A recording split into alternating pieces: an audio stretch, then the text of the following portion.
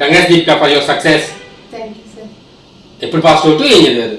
2013 pass out sir. Okay. MSc biochemistry. Okay 2013 pass out MSc biochemistry. ఏం చేశారు ఇన్ని సంవత్సరాలు? వేరే ఫీల్డ్ లో వర్క్ చేశాను సార్. ఓకే. గ్యాప్ వచ్చింది. ఓకే. గ్యాప్. ఓకే. తర్వాత ఇక్కడ జాయిన్ అయ్యాను. ఓకే ఎలా తెలిసింది బీఆర్ఎన్ గురించి? మా కజిన్ చెప్పారు సార్. ఓకే ఎలా ఉంది 4 months of journey with BRN? Good sir. నాకు అసలు సాఫ్ట్వేర్ నాలెడ్జే లేదు సార్. అట్లాంటిది నేను జాబ్ తెచ్చుకున్నానంటే BRN Infotech. Okay first day of దీపికాకి ఈ రోజు దీపికాకి మీరు అబ్జర్వేషన్ మేజర్ చేంజెస్ ఏంది?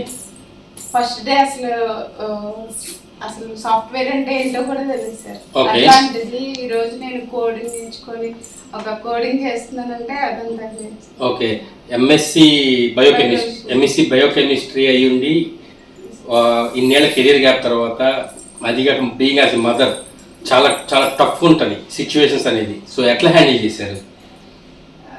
అలాగే నేర్చుకోవాలని నేర్చుకున్నాను సార్. ఓకే సో ఎక్స్పెక్ట్ చేశారా అయ్యా ఎంఎస్సి బయోకెమిస్ట్రీ నుంచి ఐటీ సైడ్ వస్తాను ఇంత మంచి సక్సెస్ వస్తుంది ఎక్స్పెక్ట్ చేశారు దీన్ని? లేదు సార్ అస్సలు ఎక్స్పెక్ట్ చేయలేదు సార్. నేను సాఫ్ట్వేర్ ఇంజనీర్ అవుతానని ఎక్స్పెక్ట్ చేయలేదు. ఓకే ఫస్ట్ నార్మల్ ట్రైనింగ్స్కి బీఆర్ ట్రైనింగ్కి మీరు అబ్జర్వ్ చేసి మేజర్ చేంజెస్ ఏంది?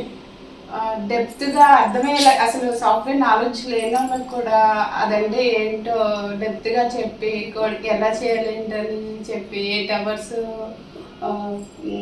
కోడింగ్ మీద ప్రాక్టీస్ చేయించేలాగా చేస్తున్నాను సార్. ఓకే సో యూట్యూబ్లో చాలా సక్సెస్ వీడియోలు ఉన్నాయి. దాంట్లో మీ సక్సెస్ స్టోరీ అనేది you know one of the best success story. ఎందుకంటే సైన్స్ బ్యాక్గ్రౌండ్ నుంచి వచ్చారు, ఒక మదరు, ఎడ్యుకేషన్కి సంబంధం లేదు కానీ ఈవెన్ దో ఒక మదర్ అయ్యింది థింగ్స్ని హ్యాండిల్ చేసి సక్సెస్కి రాగలిగారు. How do you feel now?